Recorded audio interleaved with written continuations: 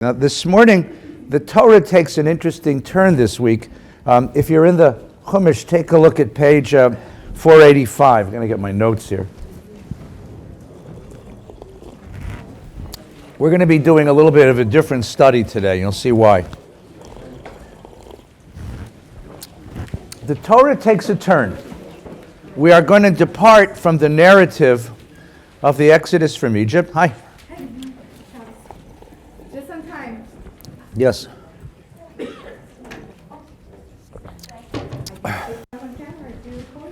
Good. The Torah takes a turn. And we depart from the narrative of the Exodus from Egypt and the Sinai narrative to a long excursus about the building of the Mishkan, the building of the tabernacle. If you're on page 485 with me, the Lord spoke to Moses, Vayidaber Adonai al Moshe lemor, Daber al bnei Israel, speak to the Israelites, Vikuli Terumah, take for me Terumah. Terumah is a contribution. Ladies and gentlemen, this is the birth of the building fund. Okay? The very first building fund, right? Vikuli Terumah made kol ish asher yidvena libo, from everybody whose heart and soul moves him. Everyone is entitled to give, and everyone is asked to give. So if you ever get angry at me on Rosh Hashanah when I ask you for a contribution to the congregation, I'm just fulfilling the word of the Lord, okay? Doing my job. And these are the gifts you'll accept from them. Gold, silver, coppers, good stuff. I mean, we don't want the schlock, we want the best stuff. Gold, silver, copper, blue, purple, crimson yarns, fine goats, fine linen, goat's hair, tanned ram skins, dolphin skins. Now, that there's a debate in the tradition about, are these mamish dolphin skins? Like, where would you get dolphin skins? What it probably is a kind of leather, okay? Unless there is a midrash that somebody wrote once that they took these dolphins from the Red Sea while they were crossing. But I don't know if there are dolphins in the Red Sea. Did you write that midrash? There you go, see? Some fool wrote this midrash.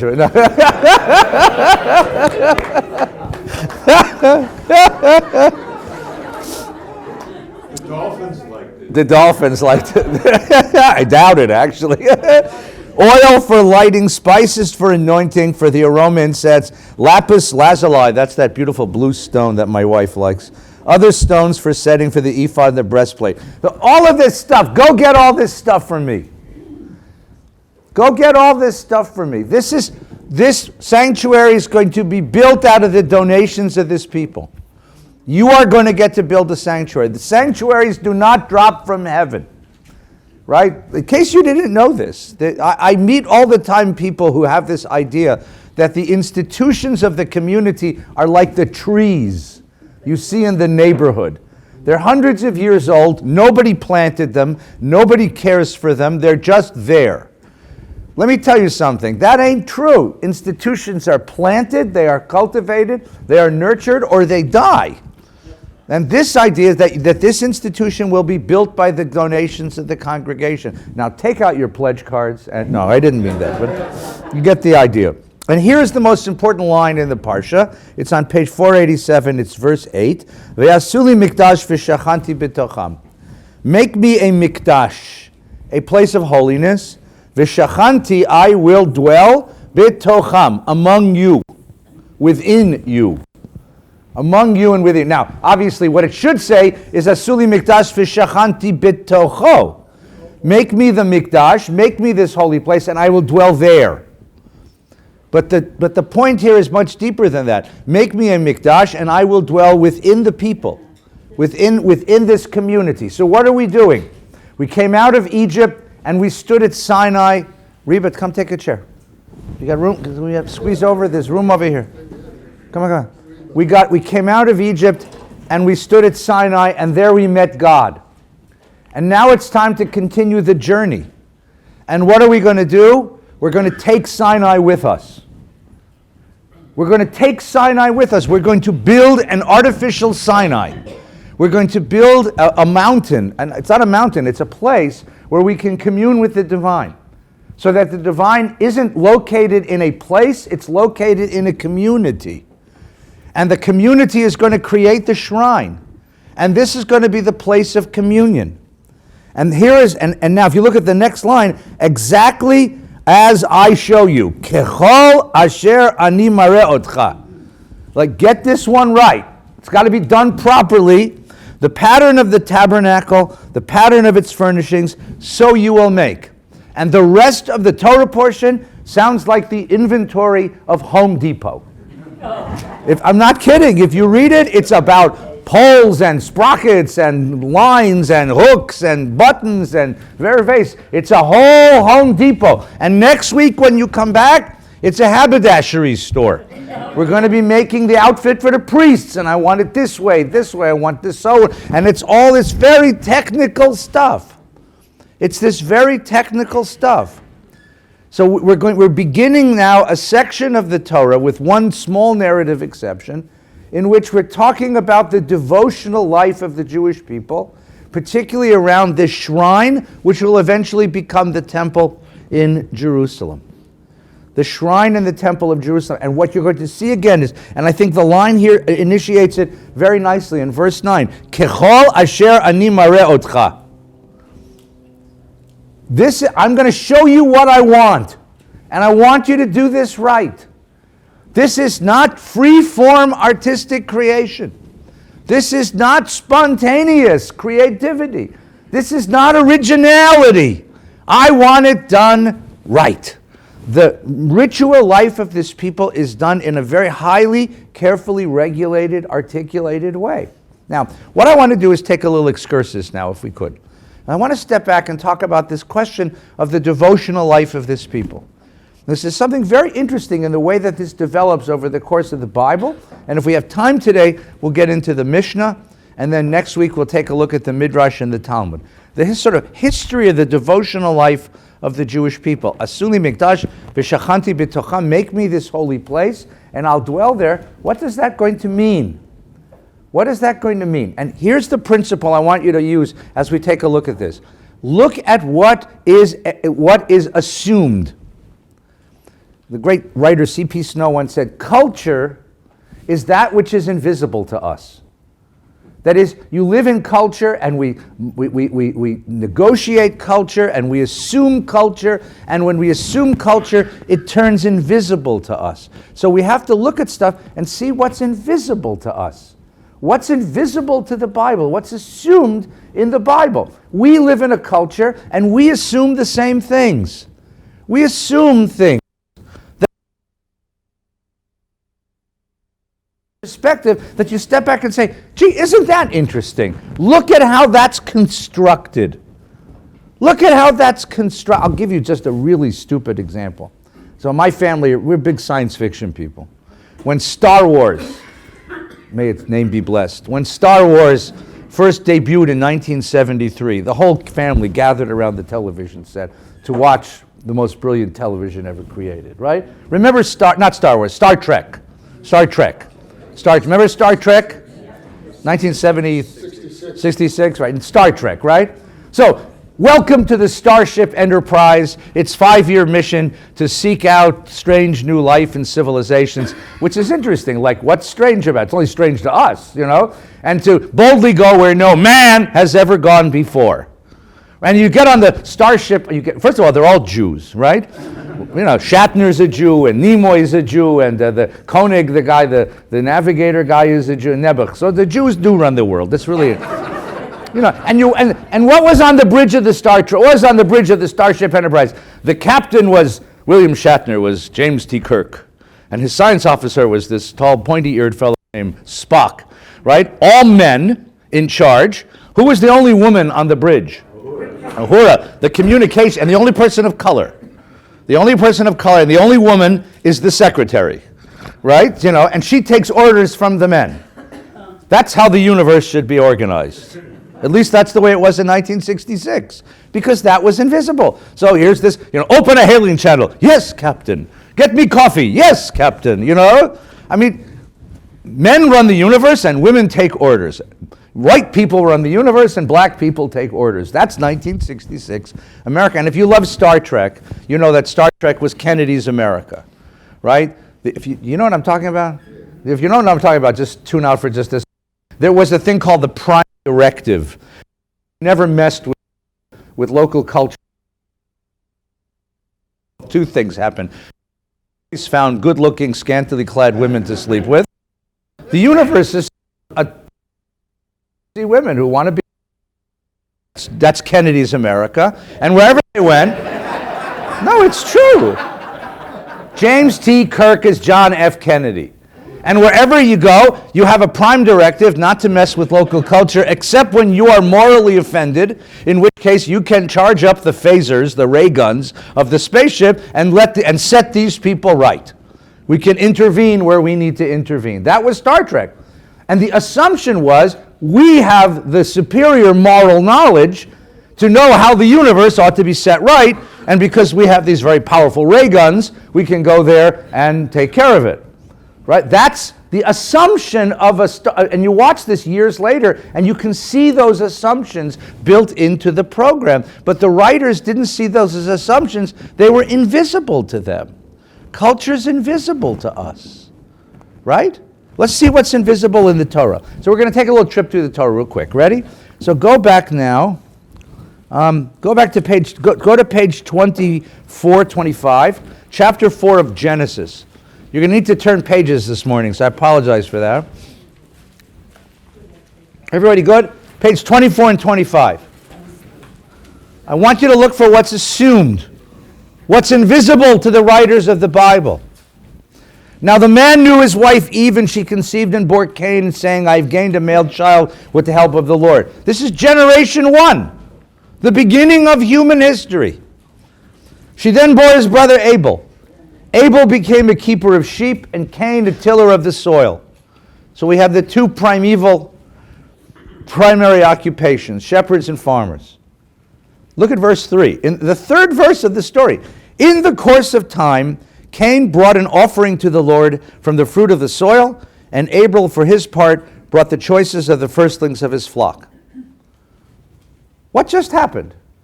Religion was just born. In the course of time, Cain has this motivation to say something, to commune with his Creator. So the first thing is, this is natural religion, that there is a sort of built-in human need to reach into the heavens, to reach into the transcendent, and to commune with God. And how do you do it? How do you do it? With an offering. With an offering. And what's the offering? It's foodstuffs that are going to be cooked. Now that's not intuitive. Why would you think that God wants your food? Why doesn't it say, so Cain made a pair of shoes for the Lord? Or Cain played bowling for God. I mean, I could think of 1,000 things that one could do. Why does the writer of the Bible assume that that an offering of foodstuffs is how you worship God? Because the writer lives in a world where that's what you do. It's the Star Trek problem. If you live in a world where men give orders and women say, yes, sir, that's how you write the script of the program. If you live in a world where people offer foodstuffs as sacrifices to their gods, you assume that's the way it's always been. That's the language that you're used to. So we have two things here. Number one, that the impulse to worship is natural. We all have an impulse to say something, to commune with the divine. And number two, that impulse drives us to bring a gift to the divine, and the gift is food, and the food has to be cooked and burned up.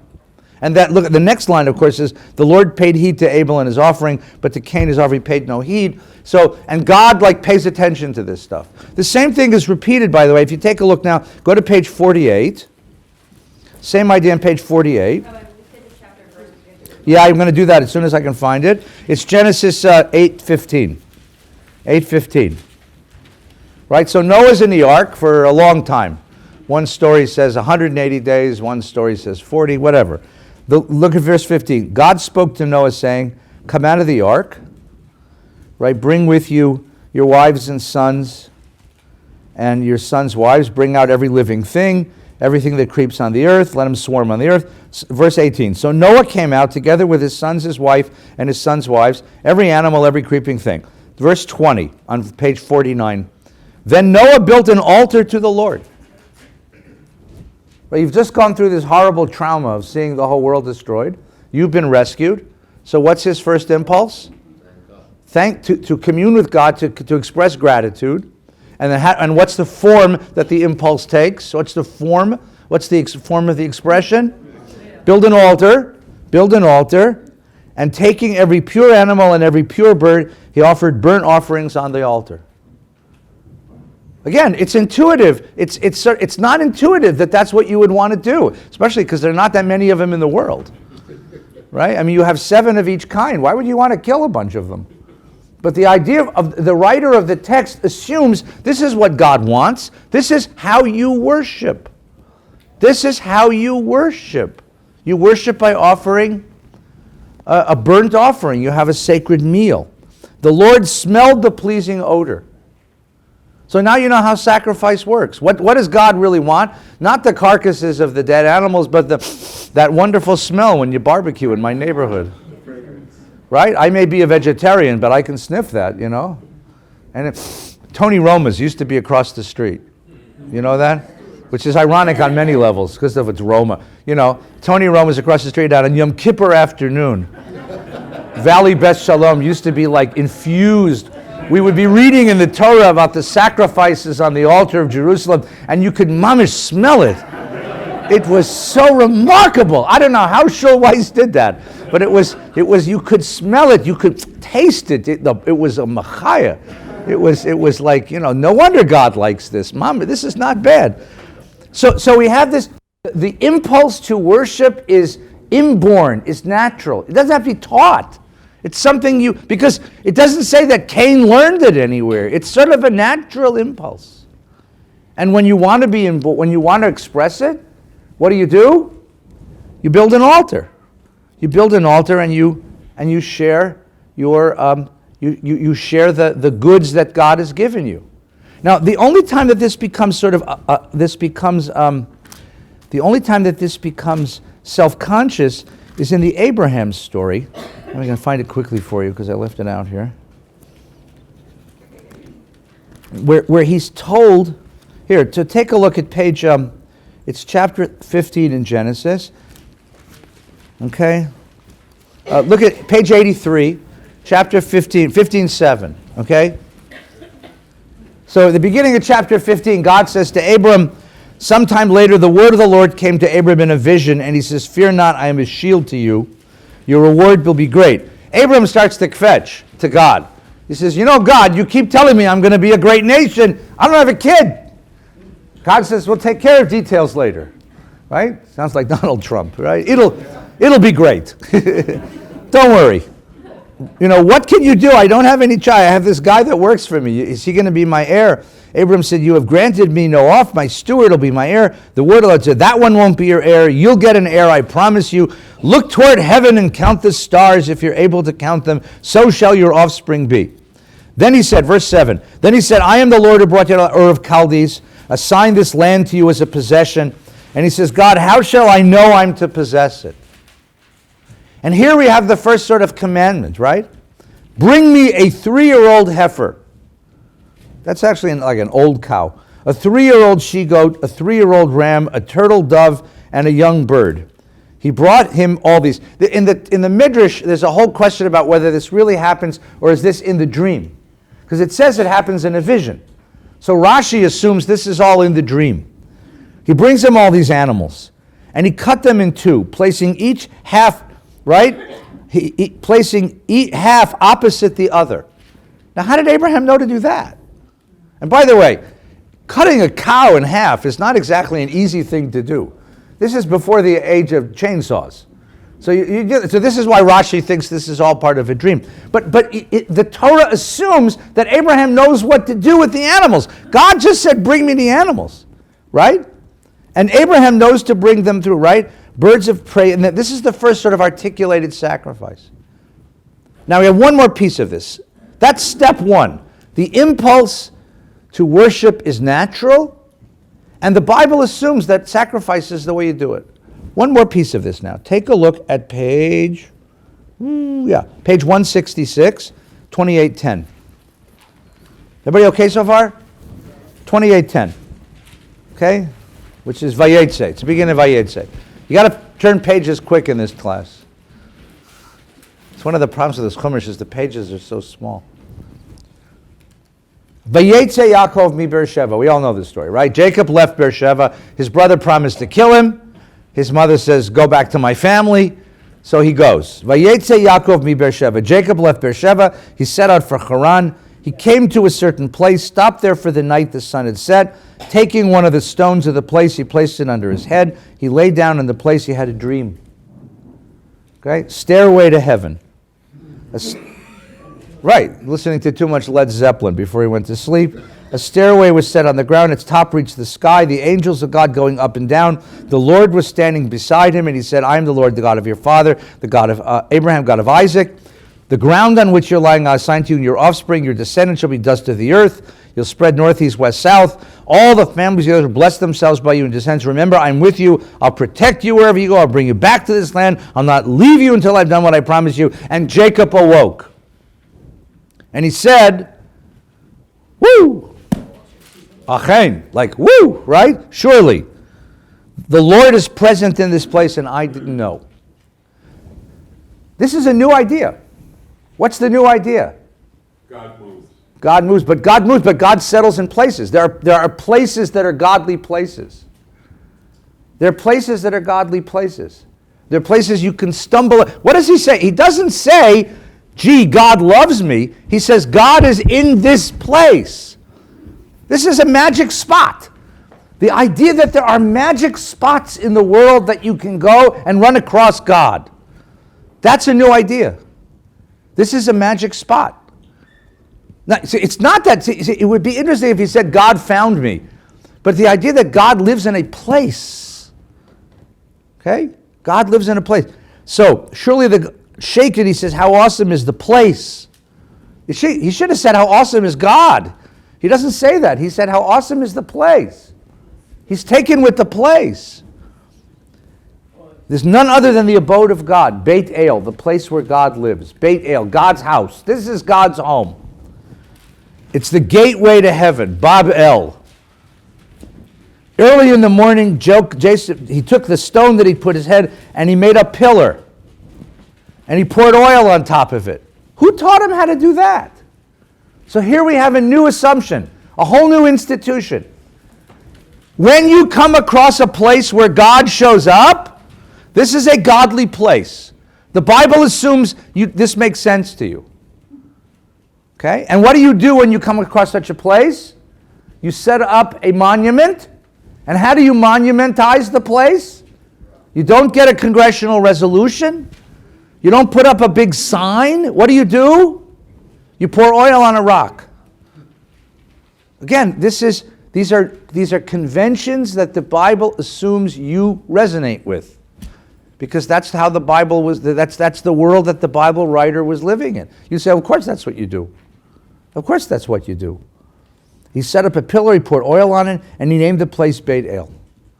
So now what do we have? We have an impulse which is natural, but we have all these conventions, these ways of expressing that impulse. Sacrifices, holy places, holy rocks, this kind of stuff. This is all now the Bible's notion. Now we're going to come a little closer to our place. So what did we just learn in our Torah portion? So now come back with me to our Torah portion, which is on 487. What just happened in our Torah portion? We have exited from Egypt. We are we're journeying toward Canaan, toward where we live. God says to Moshe, Asuli Mikdash, we're on 487, Asuli Mikdash v'shachanti b'tocham. Wait, and that's the question. Is this incongruence with what came before, or is this something new? What is he building? He's going to build a sanctuary. Is it in a place? It's an RV. Oh, very good. HV, holy vehicle, right? or unless you want to use the word recreational in its deepest sense, right? Then I'll buy your RV, right. What? It's a sanctuary, but it's a portable sanctuary. How can you have a portable sanctuary? First of all, the weird thing that the Bible introduces is an idea that the Bible doesn't understand. The people are in Egypt, and God shows up to take care of them there. But gods live in places. That's what Jacob said. God lives in this place. But if God lives in Beit El back in Canaan, what's he doing in Egypt saving his people? The Bible has a very peculiar idea of God. God packs his suitcase and takes a trip. God shows up in Egypt to redeem his people and bring them back to his place. And in the meantime, you're going to create a shrine which is portable. A remarkable new idea, a portable shrine. Now, how can it be portable? How can it be portable? Asuli mikdash, make me the shrine, v'shachanti, no bitocho, and not bitoch, but not po, shachanti bitocham. This God lives in the life of this people, wherever this people goes. Not in a place, not in a geographic place, in a social place. In the interactions in the life of this people. That's a remarkable idea. V'shachanti b'tacham, I'm going to live there with all these people. And that's why I need contributions from all of you. That's why all of you have to give me something for the Mishkan. Because God lives in you, in the connection of this people. You all have to have a piece of the creating of the space, the shrine, because that's where God lives. That's where God lives. That way you can walk by with your kids later and you say, you see that the post, you see the 18th post from the end? Now look at the top. You see the 4th gold ring? That's what your grandfather gave. It has his name on it. It has a plaque.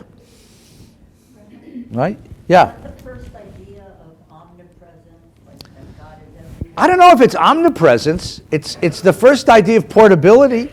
It's the first idea that gods don't belong in places.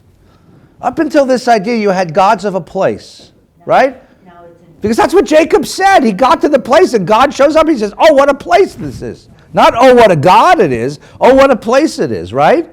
So this idea that the God isn't located in a place, right? That when you go to Reseda, the gods of Reseda are the same gods of Encino, right? That's this, yeah. And that the God dwells within the life of a people, not in a geographic place. This is a revolution. This is a revolution. Sorry? I know what you said. This becomes the revolution. Now, what happens? Now we're going to get one more idea. Now I'm going to give you a preview of coming attractions. Okay? Turn to page 585, please, the beginning of Leviticus. We have a whole book in the Bible about how God wants to be. A whole book of the Bible about how God wants to be talked to. About how God wants to be worshipped. Right? The book is called Vayikra. That's the first word of the book. Vayikra el Moshe vayedaber Adonai elav. The Lord called to Moses and spoke to him. Me'ohel moed, from the tent of meeting. That's part of the Mishkan. Lemor. And he said to him, Daber el b'nei Israel ve'amarta lehem. Right? Adam ki akriv mikem korban. When one of you wants to offer a korban, so the assumption is you're going to want to offer a korban. You're going to want to offer some sort of gesture of communion with the divine. Now, it could be the same as we had before. Yidveno libo, do what he wants. No.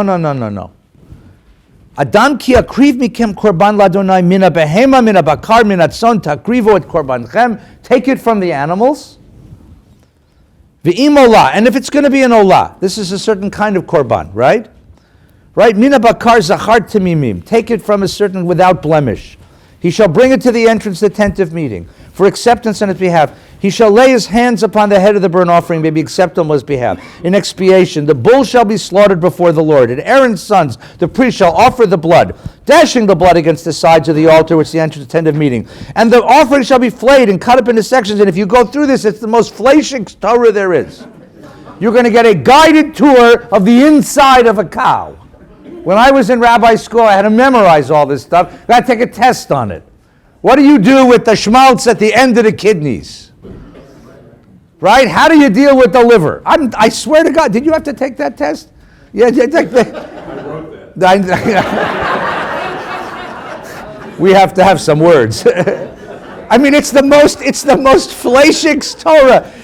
And if you go through it, and they're like, they're not squeamish about telling you the kidneys, the entrails, the tuchas, the head, the verves. I mean, every part of the thing, and it all has to be done. And the word that appears over and over again in Hebrew is liratzon. Look at page 588. It's Leviticus chapter 1, right? Look at the 4th verse, right? V'samach yado al rosh ha'olah. You put your hands on the top of the animal, right? Okay. V'nirtzelo. Right? Look, I'm sorry, the verse before that. It says, V'yikrev el petach ma'ohamoy v'yakriv oto lirtzono. Lirtzono. Liratzon. Ratzon means do it right. And over again, lirtzono, liratzon, ritzonechem. Do it properly. What do we have here, ladies and gentlemen? We have here ballet. We have here ballet. Anyone ever study ballet? I'm an idiot when it comes to ballet. I just know one thing about ballet. It's a very highly articulated art form. You don't just go into ballet and do what you want. You have to stand in a certain way, and there are set positions that you learn. There are ways of standing, ways of moving, ways of gesturing, ways of doing it. And if you do it properly, it's a beautiful ballet. Now, you can say, I don't want to do that. I want to move my own way. And they'll say, Gesundheit. You're welcome to do that. It's just not ballet. That's called modern dance. Modern dance is do whatever you want. But if it's going to be ballet, you have to appear and dress and gesture and move in a certain way. We call that a highly articulated art form. Liratzon. It has to be done properly. You ever teach a little kid how to play checkers or chess? And you teach them how this piece moves, and how this piece moves, and how this piece moves, and you start playing with the kid, and he moves it, and you say, no, that piece doesn't move that way. And the kid says, mine does. You say, no, you don't understand. Put the piece back and move it the proper way. No, that's how mine works, right? You say, but that's not chess. Well, that's okay. I want to play it my way, right? That's what that you can do that, but it's not chess. Chess is played within the boundaries of a set of rules. Ballet is expressed within the boundaries of a set of rules. Okay? In literature, there are certain conventions about how certain things are written. If you write a sonnet, it's a set of rules. There's a set of rules. The sacrifice worship was the same way. Now you can understand where this comes from. If you live in a very chaotic world, there is something enormously comforting about knowing that there's one domain in the world which is framed, which is protected, and within that frame, things are done properly. They're articulated right. The Japanese tea ceremony, done in a certain way. Done in a certain way. Within that frame, things take place in a totally controlled, totally predictable, totally articulated framework, rigid framework. Now you can jump out of the framework. You can drink tea any damn way you want. You can dance any way you want. You can write free-form poetry, right? You can play any game you want, but you can't call it chess. You can't call it ballet. You can't call it the Japanese tea ceremony. This is what ritual is. Ritual is a framework in which the expression is articulated so that each time you arrive, it's got to be done properly. And this is what's going to, as you read through this, you're going to say, these people had obsessions. I mean, just look at every piece of the cow has to be dealt with in the right way, and the schmaltz and the this and the, yes. Because when you come to God, the idea of the Leviticus, that's the way it's got to be. And the obsession is with the detail of the thing. It's with the detail of the thing. That's how the Bible understands worship. Worship is to enter into this articulated art form, and within the articulated art form, you find the expression of what you want to give. I mean, in a certain way, I think it's this. It's the chaos of not just the chaos of the world, it's the chaos of human emotions. And in the chaos, I'm going to take the chaos of human emotions and I'm going to express it in a very structured, rigid, carefully articulated set of rules, so it suddenly has order. You're coming to the temple filled with guilt over something you did. And we're going to expiate the guilt, and the way we're going to do it is with this very careful ritual. And at the end you're going to say, that felt good, because now you've brought order back to my soul. You bring order back to the mishmash of human emotions. That's what Leviticus is all about. Yes, Bobby? Is this potentially some other form of idolatry? Oh, it can be. So that's the question. That's a very good question to lead us to the next question. It's not idolatry. It's not idolatry if my impulse is to commune with God. It's not idolatry if I'm feeling terribly guilty that I violated God's expectations of me and I want to be one with God again. It's not idolatry if I want to share gratitude with God for the blessings of my world. It's not idolatry if my thoughts, if everything about the act is directed toward the divine. If I'm giving up myself in the service of the divine, it's not idolatry. When does it become idolatry? It can't become idolatry. When does it become idolatry? When I become so obsessed with the structure, with the way of doing it, that I forget what the way of doing it is supposed to express. When I become so obsessed, so focused on, so compulsive about the structure of the move and the rigidity of the move, that I forget that this is for God's purposes and not for my own. Right? You get so into the form, you forget what the form was there to express. You see the balance here? Right? Sometimes I've read reviews of music, and the person will say, the person was an exquisite technician, but there was no heart in the piece. Did I get that right, Bob? Right? Is that possible? That a musician is so meticulous, compulsive about the technicalities of the music that there's no, is that? Absolutely. Yeah? And that the greatness of a piece of music is to get the technical stuff right, but then to bring something to the music of your own neshama, right? Right? And use the technicalities as a mode of expression and not stop there. But what if I stop there? What if I stop at the technicalities? In fact, what if the technicalities drown all the heart that's supposed to be part of the piece? Right? Mark, what are you going to say? Yeah. The problem is that the ritual can be immoral, and it doesn't allow for change and freedom. Yeah. And so how do you cope with the fact that the rabbis destroyed all this? Yeah. And that they changed everything. Yeah. And it was still Judaism. Yeah, we're going to get to this. Because here's what happens. Here's what happens. Because your question, this is exactly the right. So there is, but if the heart wants to express something, and the rigidity and the form is rigid, ideally they work together, and you end up with an exquisite piece of art. Within the canons of that artistic expression, it becomes beautiful, it's remarkable. But the problem is what happens if one or the other, either the heart and what it wants to express, or the form, the rigid, they take command. If the heart wins, the form gets exploded. You end up with modern dance, modern art, free-form poetry, and a world of artistic chaos, right? What if the form wins? What if the form becomes so rigid it stifles the heart? Right? Turn to page 1001.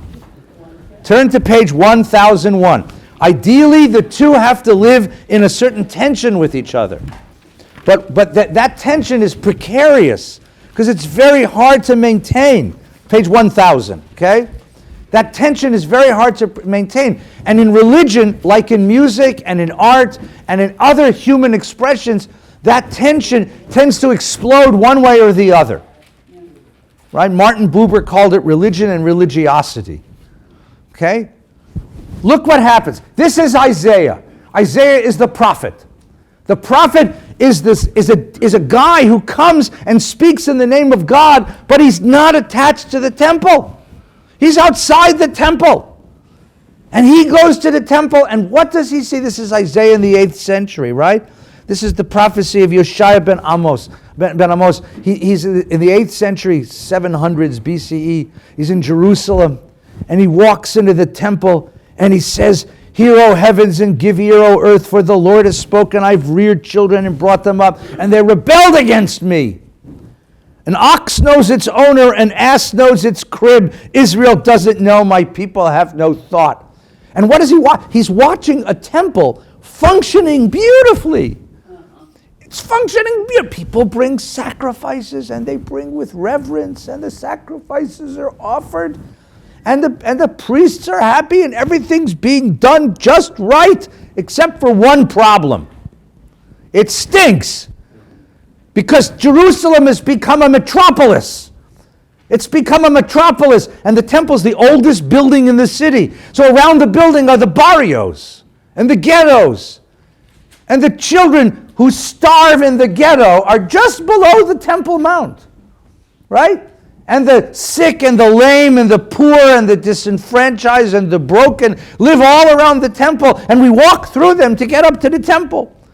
And the prophet is watching the contrast between the compulsive offering of sacrifices with such piety and the immorality of a stratified society where no one cares that there's an underclass, and he just goes berserk. Prophets tend to explode. They're not like calm, nice people, right? There's no pragmatic solutions here. They tend to explode. Sinful nation, people laden with iniquity, brood of evildoers. This didn't make him any friends, right? This didn't make him any friends. Take a look at the next page, verse 10. Hear the word of the Lord, you chieftains of Sodom. Give ear to God's instruction, you folk of Gomorrah. Like, you guys are doomed. You don't, like, what, listen to this. What need have I of all your sacrifices? Says the Lord. I am sated. Sated is a good word. Sated is, I am stuffed full. I am sick. I am nauseated with the burnt offerings of rams and the suet of fatlings and the blood of bulls. I have no delight in lambs and goats that you come and appear before me. Who asked that of you? Who asked that of you? Trample my courts no more, bring oblations is futile. That means sacrifices. Incense is offensive to me, new moon and Sabbath, that's the sacrifices. Proclaiming solemnities, assemblies with iniquity, I can't abide your new moons. Your sacrifices for Rosh Chodesh and fixed seasons, they fill me with loathing. I am sick of you. Fill me with, they are a burden to me. I can't endure them. When you lift up your eyes, I turn my eyes away from you. Though you pray at length, I won't listen, because your hands are stained with crime. Wash yourselves clean. I mean, you collect taxes from the poor, and with the same hands, you come Shabbos and you bring me sacrifice, and you think that's what I want? You think that's what I want? You think this is the world that I want to live in? Right? I mean, this is the greatest feh there ever was, right? And he's doing it right in front of the temple. So what is Isaiah seeing? Isaiah, the prophet, takes this whole Leviticus thing and turns it upside down. He says, you've forgotten that you're supposed to be expressing communion with the divine. You've forgotten that you're supposed to be expressing a social vision of a holy people. You've forgotten that you're supposed to bring your heart to this. Yes, you bring your sacrifices, but there's no heart. What kind of sacrifice? What do you think I want? Now, turn to page 627. He had a buddy. I didn't want to have to Xerox all this stuff for you, so I'm just going to use the Chumash instead. 627. A generation later, there lived a 17-year-old named Jeremiah, the biggest pain in the ass teenager in Jewish history. And he's the best. I mean, he goes to God says, go to the temple and preach. He goes to the temple. He's standing in front of the base. He's a priest, too. Yirmiyahu is a priest. Anyone ever been to Jerusalem? You ever been to the neighborhood called French Hill in Jerusalem? That's where he lived. It's called Anatote. He was a priest, you okay? A bit of water maybe, something? Want some water? You okay, yeah? Okay. He goes to the temple, and he stands in front of the temple, and this is why we want kids to read Haftorahs. You want to be a Jewish teenager? Be like him. Thus says the Lord God, add your burnt offerings to your other sacrifices and eat meat. For I freed you, when I freed your fathers from the land of Egypt, I didn't speak with them or command them concerning burnt offerings and sacrifices. Wait a minute, wait. What? So what is it Jeremiah says? You know what this is? This is not holiness. This is not communion with God. This is not an expression of the deepest sentiments of our faith. This is barbecue. This is barbecue. You are burning animals and eating them because you're not. And you say when it says, I didn't tell your ancestors what to offer sacrifices. Now, by the way, the rabbis who have a funny sense of humor, this is the Haftorah for Parsha Tzav.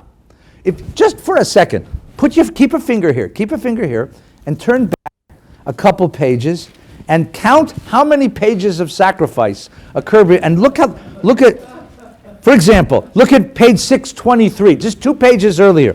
Moses took all the fat that was on the entrails and the protuberance of the liver and the 2 kidneys and turned this is like 100 pages of butcher's manual.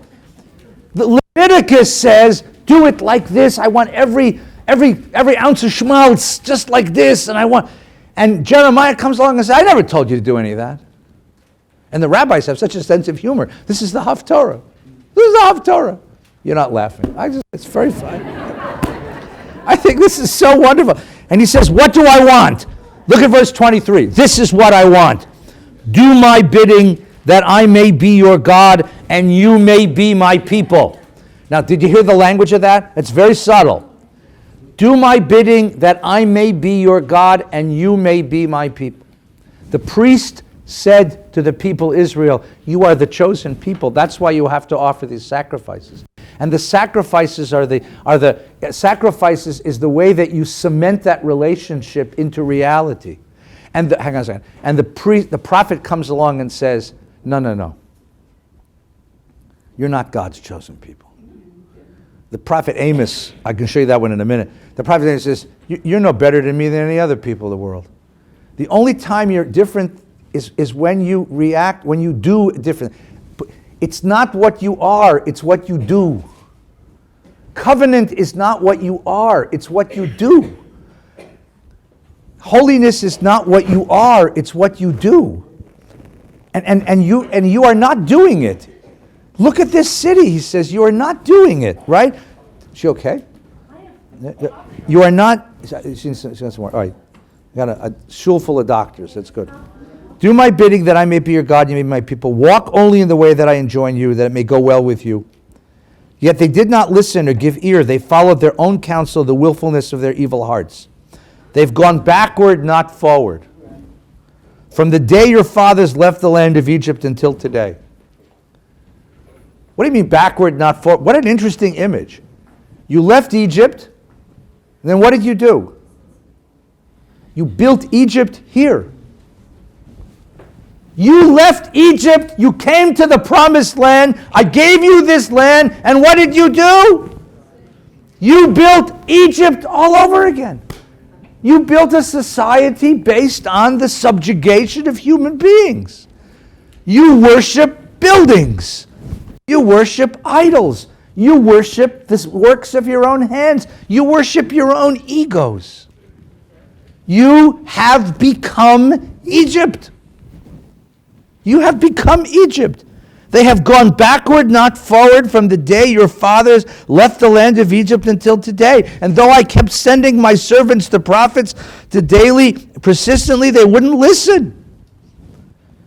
They wouldn't listen to me or give ear. They stiffened their necks. They acted worse than their fathers. You shall say these things, but they won't listen to you. Right? And then he says, the time is coming when I'm going to tear all this down. I'm going to tear all this down. The entire structure's coming down. They took Jeremiah and they put him in jail because he was a traitor. He's an absolute traitor. He said, time is coming. If you just go down, a time is coming when the destruction of all of this is going to come. Yeah. What does the prophet want? The prophet sees the sacrifice, the sacrificial worship, done with such meticulous care, with compulsiveness, with obsession, and he says, this isn't what you want. This is supposed to be an expression of the heart. This is supposed to be a commitment to a divine vision of the world.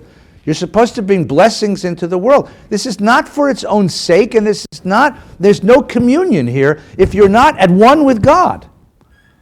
In fact, the sacrifice itself, the ritual itself, now becomes an obstacle to your devotion, not an instrument, not an expression of your devotion. And when it becomes an obstacle to your devotion, it has to be torn down. The balance, the tension between form and content, between the form, the articulated form of the art, and what it's supposed to express has gotten all out of whack. And you have allowed the form to mask everything that the content is supposed to bring. You're so obsessed with the temple, you don't see that there are children starving in the neighborhood. And the prophet, he's like, what do you think? You think that's what God wants? You think that's what God wants?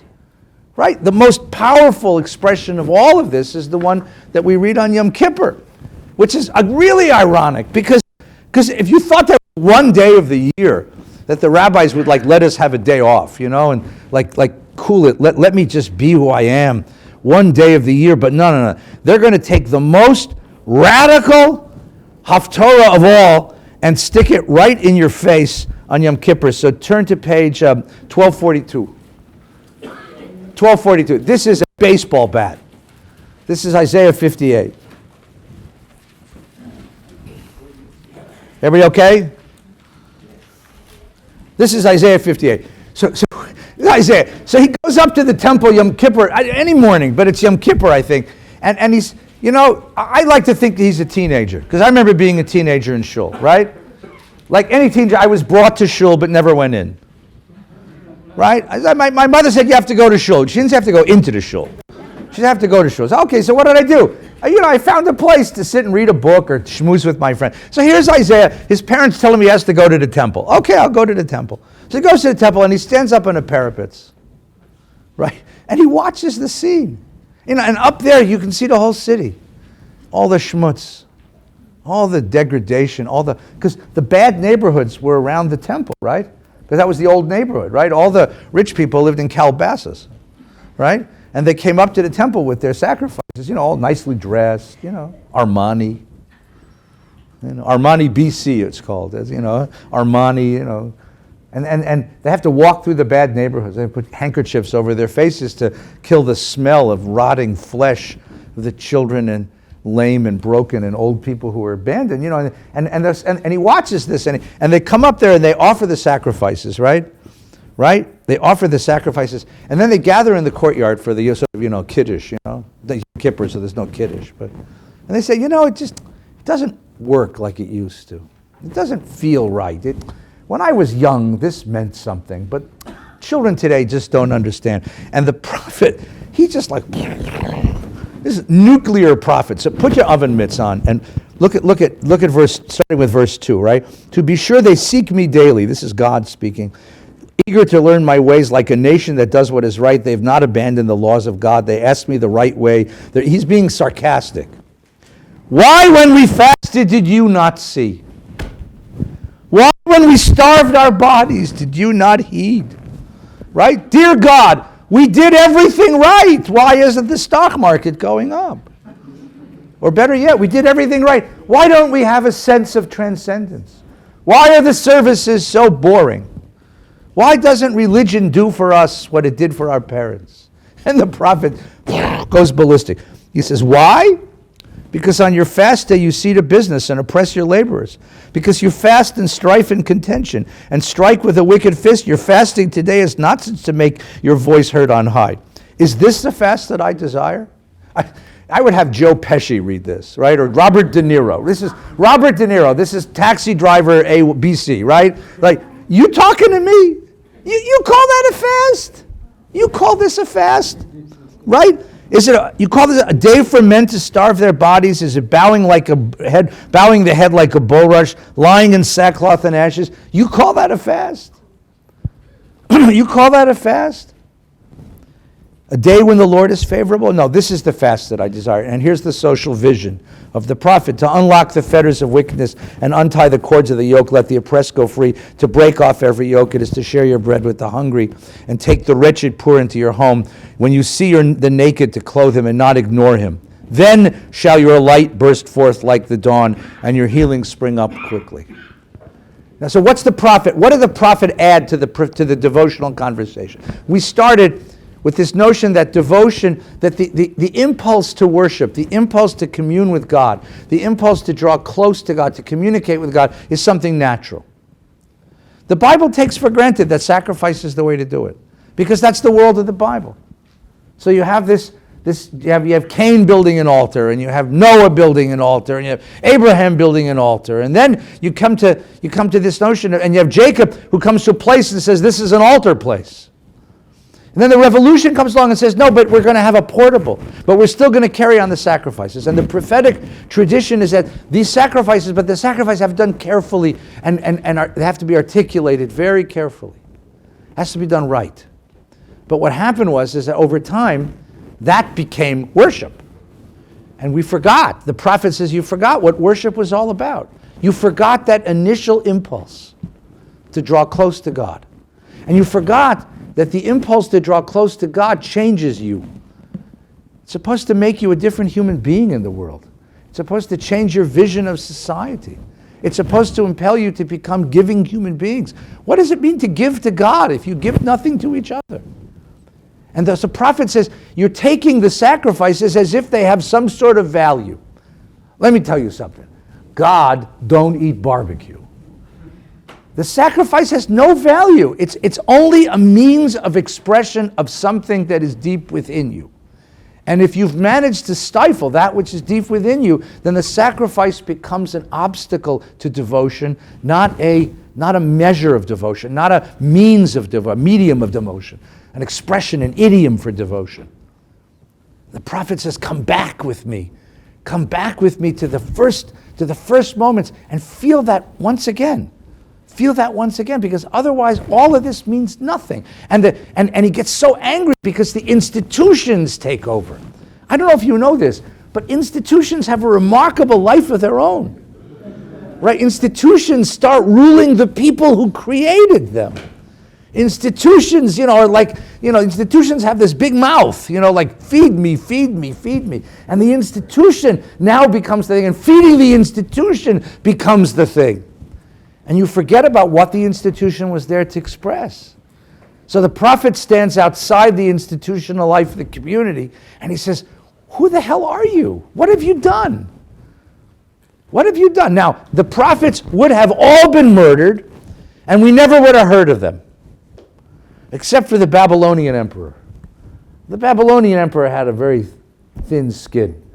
And when the Jews killed his governor, he got ticked off. And he came with his army, and he smashed the temple of Jerusalem. And he took the people of Israel off to Babylon. And by the waters of Babylon, they sat and they wept. You can do a lot of good thinking about life by the waters of Babylon. And by the waters of Babylon, they started saying to themselves, what just happened? And they could have said, well, God has abandoned us. We're finished. And they could have become Babylonian, in which case we wouldn't be here this morning. We'd be outside in the sunshine or at Costco with all the other Babylonians, right? Yeah. But a group of these Jews who sat by the waters of Babylon recovered the words of the prophet, and they understood something, that this was a sign to us. Now, this is very neurotic. This is good Jewish neurosis. When you think that the whole world is about you, right? When you think that the Babylonian emperor's geopolitical aspirations really are subservient to your moral failures. This is very, very neurotic Jews, right? Right? You know, what is a neurotic Jew? He goes to a football game, he sees them huddled, he says, they're talking about me. Right? I know they're talking about me. You know, that's neurotic Jews, right? But the neurotic Jews looked at this and they said this was a sign that the prophets were right. That in the covenantal history of the people, we have forgotten the purpose, that we have forgotten the impulse to worship, the devotional impulse that was there from the beginning was drowned in the form of the sacrificial worship. And the prophets gave them an ideology to survive the destruction. Now I can survive the destruction because now I can understand what just happened to me. It's neurotic, it's true, but it gives me a framework for understanding. And it gives me the opportunity to start again. So they preserved the words of the prophets because that was the key to surviving that destruction. Now I can see again what's expected of me. Now we're going to stop here in a minute. I get a couple of questions. I'm going to stop here. And we're going to do next week. This is part one of a two-parter. So you got to come back next week. Rather than learn the haberdashery of the book of Leviticus, we're going to come back next week. And next week we're going to take up what Rabbi Gelman suggested, which is the rabbis. Because this is going to happen a second time. The Romans are going to come along and destroy the temple a second time. And now the rabbis are going to realize no more temple. What happens to devotion now? What happens to devotion now? And they're going to create a new structure of devotion. And the wonderful thing is, they're not sure it's going to work. So many of you have told me all the time, like, I'm not sure services work for me. Good, because the rabbis who created them didn't think they'd work either, right? And the good news is they left us their notes. They left us the notes on rebuilding the devotional life of this people minus the institution of the temple. And the notes are the Mishnah and Brachot. So we're going to take a look at those notes and see how the rabbis then took this devotional idea and remade it over without the institution of the temple and understood a new way to come close to God. All right, Ron. The book describes the way the people around it were worshiping. Everybody worshiped the same way, right? Everybody offered sacrifices to their gods. So God says, I want something more. I want moral value. Yeah, that's exactly right. I want something. It's not just a power relationship where you're buying off the God and power. I want you to share a moral vision with me, right? From the very beginning, this is a God who has this moral vision. When God says to Abraham, "Ayeh bracha," be a blessing, and God, you will be a blessing to the people of the world, right? That becomes the identity of the people. But it's really easy to forget that when you're busy taking the fat off the parts of the kidneys and the livers, and and you get into the details of the thing and you forget what it's for, right? You forget what it's for, and that's a problem when the form of the expression becomes the thing and not the content of it. Yes, Steve. Well, and Bobby made me think of this. There are two opposites in modern day. You brought up one from the 40s, but even Kiryat Shimona, the nursery schools that were, the terrorists got in the 80s. I understand there was a sect of ultra Orthodox rabbis that were measuring the mezuzot on the doors of the neighborhood. Yeah. And they said some weren't right, and that's what brought this on. That's how we worship. But that you brought out in the World War II. Yeah. These wives were raped and everything else, killed, and the guys who were hiding, the husbands, went to the rabbi. When can I get another one? How do I do it? And then reverse, yes, do morals. Absolutely. Secular Jews who are working their tails off to help, but don't think a word about Jewish structure and religion. It seems to me that, it is a balance. And are these modern day versions of what he's talking about? Oh, you're going to get me in trouble, aren't you? Well, I'm not going to criticize our Orthodox brethren. I didn't say Orthodox. Yeah. I didn't say.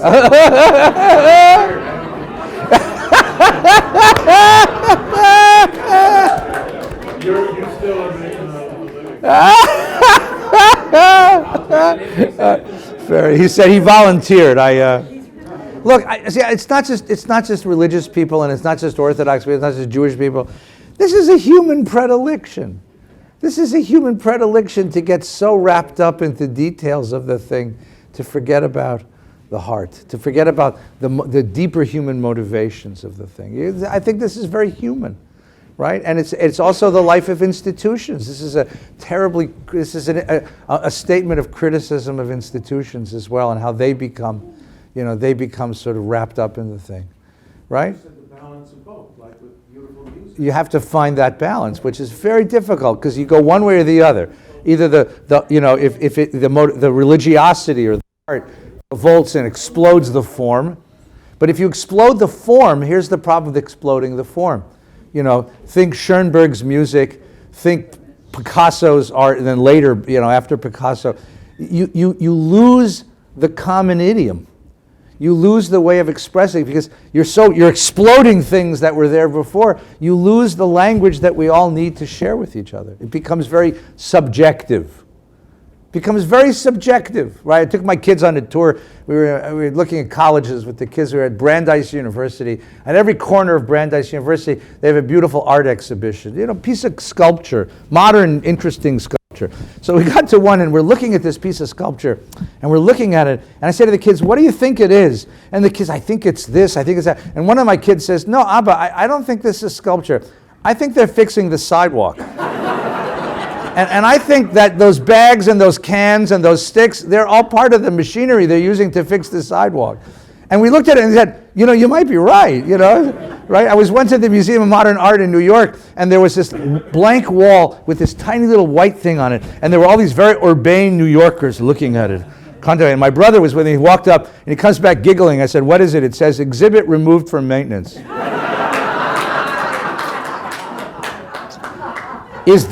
Is that true? Was there an exhibit removed from maintenance, or is that the exhibit? Does that say something about modernity? That's what happens when you lose a common idiom. That's when you lose the form, you see. You can lose the form and lose something shared. At the same time, you can lose the heart, which is what the prophets are objected to. Murray. In this Parsha, the next one, God apparently gives specific instructions for perfection. You must do it this way, that way. Right. Okay, now, was God not as wise as the prophets in saying, look, don't worry about perfection so much, concern yourself a little more with the substance? Well, I get it. I think that what you have here in the Bible is not God being wise. I think you have a community struggling with this great human problem. What does it mean to worship God? How can you possibly find an idiom to worship God? Asuli mikdash v'shachanti b'tocham. Make me a holy place and I'll live within you. What a radical idea. God's infinite. The demands of the divine are infinite. How do you create a structure for that? Right? How do you create a structure for them? That's what they're struggling with, right? All right, Douglas, you get the last question, because then I got to go daven next door. I got bar mitzvahs, and I have form to take care of, because I still have a mortgage to pay. Yeah. You have ritual as a means to an end. Yeah. And then what the criticism is that it becomes an end to itself. An end to itself, yeah. We see it as inherently valuable. That ritual. Right. And just look at the ends, you lose sight of who we are. Right. And with that, we stop becoming Jewish. When you talk about all these Jews. It's not that we stop becoming Jewish. We don't have form. We don't have a way of expressing what we share. But what about with all these Jews that work for social justice and couldn't define themselves as Jewish anymore because they have no clue about ritual? Right. So there's ritual still at least a glue that holds us together? Yeah, it's more than a glue. It's a language. Look, what's ritual for? You have an experience of the divine. How do you share it with anybody? It's a language for describing things that are impossible to share. That's why you create this language. What happens is, again, it's the balance between what you want to express and how you express it. And that's the thing. That's the great balance. It's the same argument the early Christian community had against the Pharisees. It's the same argument that the Hasidim had against the Misnagdim. It's the same argument you hear in the community right now, of this tension between the way you express it and what you want to express. Next week, we'll come back and see how the rabbis resolve this. Thanks so much. Take good care today.